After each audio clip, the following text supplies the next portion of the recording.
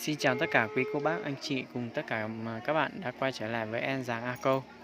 Hôm nay là một hộ gia đình ở trên em gọi là làm cái ngày giỗ cho mấy người liền. Ở trên em là làm giỗ là không phải làm cho một người mà làm bao nhiêu người cũng được nhá. Đấy, thì cái hộ gia đình nhà bác này cũng có mấy người mất cũng rất là lâu rồi. Thì người phong tục ở người dân tộc trên em là làm không phải là một năm là một lần mà là một đời người đó. Thì ví dụ như một người mất đó thì chỉ làm một lần là thôi, cho nên là cũng làm cũng khá là to đó. Thì bây giờ tất cả các bạn có theo dõi, đây là đang làm thủ tục cho những người mà đã khuất rồi này, và bây giờ đang làm dỗ cho họ này đó. Thì hôm nay có 5 người làm dỗ cho 5 người đó. Thì những người này đang làm thủ tục và một tí sẽ cho uống rượu và cho ăn thịt nhá. Đó, thì các bạn đang theo dõi đây thôi. Chúng ta đang thấy có 5 người luôn. Và cái người lễ dỗ này thì cũng giống như là đi đám ma đó, cũng thổi kèn đánh trống hết. Thì bây giờ đang làm gọi là làm cho những người này để họ nhận linh hồn đó. Thì trong cái này thì có một cái bát cơm và một cái quả trứng, còn có một cái như một cái miếng như này các bạn, một cái đoạn tre và người ta bổ làm như này này. Và bây giờ đang cho những người đó ăn cơm. Thì theo như các bạn thấy thì vẫn đang rót rượu cho những người đó uống, và vẫn giống như cái phong tục thời ngày xưa. Thì bây giờ cũng có các cái chén rượu rồi, nhưng mà họ vẫn dùng những cái chén rượu như này nhé. Họ vẫn dùng những cái chén rượu và cái cây tre và những cái ống này rất là bé. Và đặc biệt cái rượu này là người cùng họ là không được uống, và chỉ người khác họ thì mới được uống. Và những người mà làm này là những người ở trong này đang gọi này là những người anh em trong gia đình, bạn bè nhá. Còn những người mà B đó, đấy chúng ta sẽ thấy những người B này là anh em dòng họ bên nhà ngoại đó. Đấy, ví dụ như là cậu hay là nhà ví dụ như là cậu này, gọi chung là những người ngoài thôi. Còn những người trong gia đình hoặc những người cùng họ, cùng dòng họ thì sẽ không được bê cái này. Và người ta cũng chuẩn bị sẵn một cái bê và đều đi vòng như này, và một tí lại vòng bên kia về thôi nhá. Đấy, theo các bạn thấy thì cái phong tục này cũng được gìn giữ rất là lâu đời rồi đó.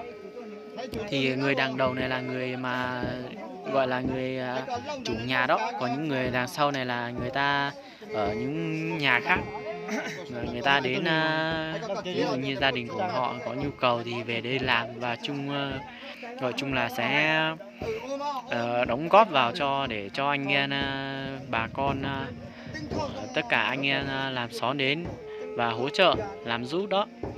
Thì bây giờ sẽ rót rượu vào trong cái này là bao nhiêu cái ly nhỉ?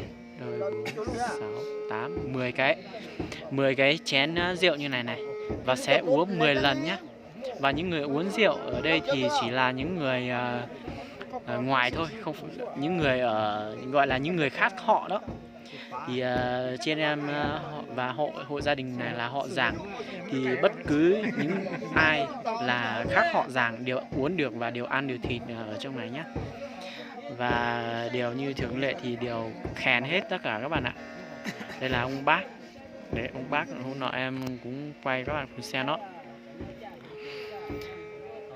Và sẽ bây giờ đang chuẩn bị rót rượu vào trong cái ly này. Ở đây thì có làm cho 5 người. Thì làm dỗ cho 5 người đó.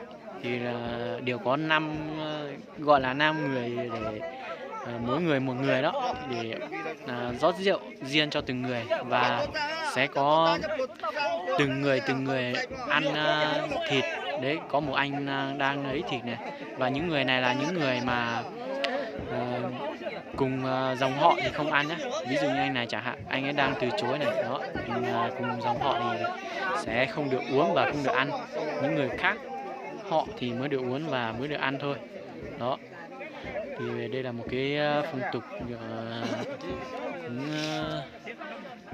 cũng giữ được rất là lâu đời và bây giờ vẫn đang làm nhá. Và đây em cũng chỉ là muốn chia sẻ cho các quý cô bác chị và các bạn cùng theo dõi thôi.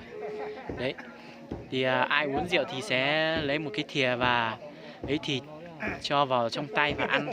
Thì ở đây người ta gọi, ở trên vùng cao em ấy thì người ta quan niệm là đi giúp nhau thôi, chứ không phải là ai cũng được ăn như này, gọi là đi giúp nhau thôi. Đó, thì ngoài việc cho những người kia ăn thì cũng cho vào trong cái này luôn.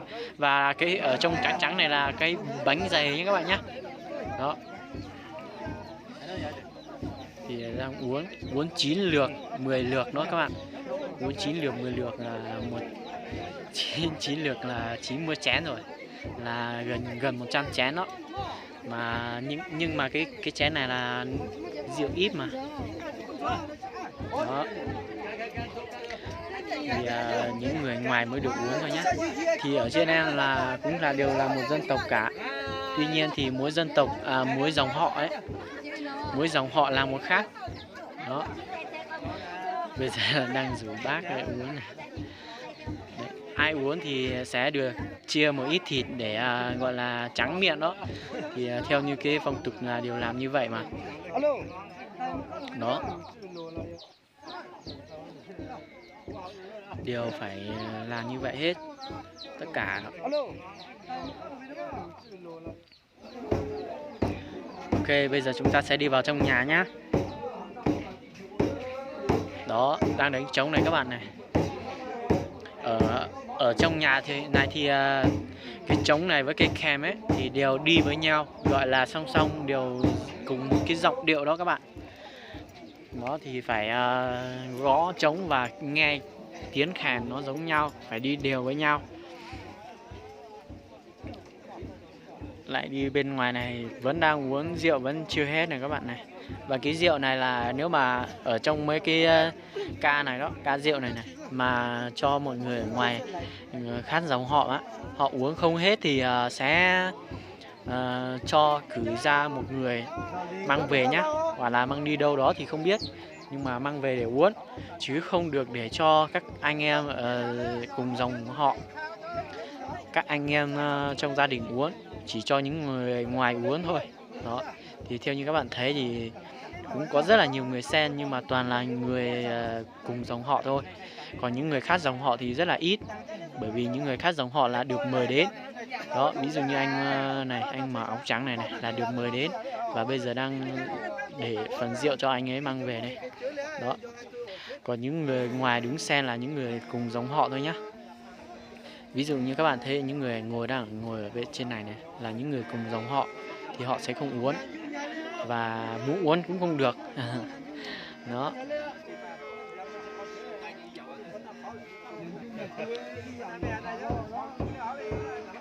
bây giờ thì xong rồi đó.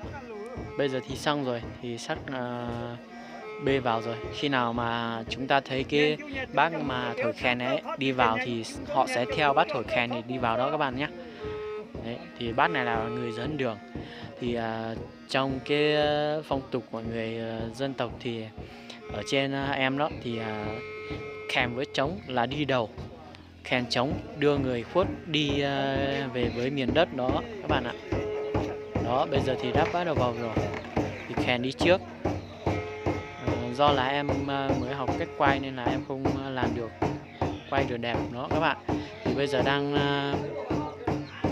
theo như các bạn thấy thì đang đi vòng đó các bạn, đang đi vòng trong cái cột trống và đang trống và đi theo cái bác kèn này. Đó, bác kèn này đi trước và những người khác theo sau, và sẽ đi 3 vòng xong là lại quay đầu lại, 3 vòng xong lại quay đầu lại. Đó, thì một tí sẽ cho hết vào trong giữa nhà đó các bạn nhé. Tối quá nên là các quý vị anh chị và các bạn thông cảm. Thì em cũng chưa biết dựng mấy nên là không được như mong muốn, thì rất mong được tất cả quý vị anh chị và các bạn góp ý. Và em cũng chỉ là muốn giới thiệu và chia sẻ cho mọi người cùng biết để có thêm gọi là một ít trải nghiệm thôi, chứ mọi người xem thì đừng có nhắn tin hay là chửi hay là như thế này thế nọ nhá. Bởi vì là em cũng có rất là nhiều người họ bảo em là quay về cái phong tục của người vùng cao thôi, thì em cũng chỉ gọi là em chỉ quay sơ sơ thôi, em sẽ không làm chi tiết, bởi vì vùng cao nó cũng có cái hay của nó nhưng mà cũng có cái không hay của nó. Bởi vì mình chia sẻ thật quá thì sẽ rất là ảnh hưởng đến cái công việc ở trong gia đình. Đó thì em chỉ nói những gì em biết thôi. Đó. Bây giờ thì đã bắt đầu về đến và giao cho ở trong cái dưới nhà này rồi. Đó, theo các bạn thấy này, nó đang bê hết vào trong này này. Và mỗi cái như này này các bạn, mỗi cái bê này là một người, đó tượng trưng cho một người. Đó thì ở đây có 4 người. Đấy, em nhầm, em nói là 5 người. Đó thì ở đây có 4 người. Thì một tí sẽ mang lợn này vào đây mổ nhá. Thì hôm nay cũng mổ 4 con lợn luôn. Tuy nhiên thì em sẽ không quay cái cảnh lợn đó, bởi vì cái đó là họ bảo là thôi chứ không được quay cái đấy, chỉ quay những cái bình thường thôi, cái đấy nó không được đấy lắm. Thì cũng mang con lợn vào đây và để lấy một cái sợi dây buộc con lợn đó thôi.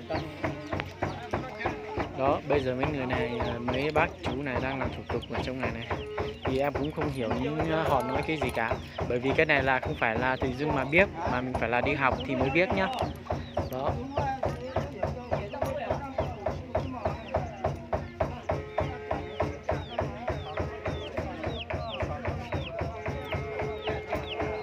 Tối quá nên là các quý cô bác anh chị và các bạn thông cảm nhé.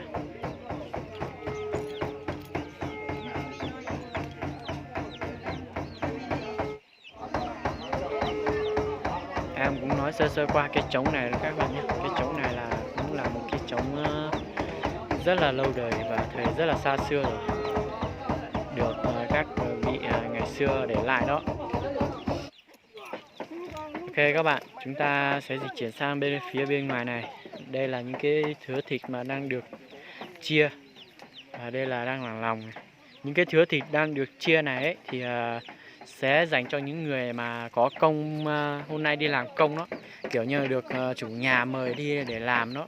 Đấy, sẽ chia thành những cái miếng như này để về gọi là ví dụ như là bác mà đấy ấy, thổi khen ấy, đánh trống ấy thì sẽ được chia một ít. Đó, đang chia này. Đấy. Và đấy, ở bên dưới này là đang băm để cho vào nồi để cho các anh em đến dự, đến gọi là đến cùng sức cùng làm để làm một cái bữa cơm cho tất cả các anh em và các quý cô bác anh chị và các bạn nhé. Đấy thì cũng mổ rất là nhiều lợn, tuy nhiên thì không phải là mổ là để dành cho gia đình làm cho tất cả mọi người cùng ăn, mà là sẽ có những cái phần thịt của những người mà đến để làm. Đó thì phong tục ở trên em là người ta có học thì người ta mới được đến làm, và được đến làm thì mới có công. Đấy, còn những người mà bình thường ấy thì chỉ đến để gọi là hỗ trợ thôi, thì có đi có lại thôi nhá. Thì rất là cảm ơn tất cả các quý anh chị và các bạn đã theo dõi video của em Giàng A Câu. Do là em vẫn đang thiếu thốn nên là bây giờ em xin dừng video ở đây và đang chuẩn bị cơm rồi. Em cảm ơn tất cả các quý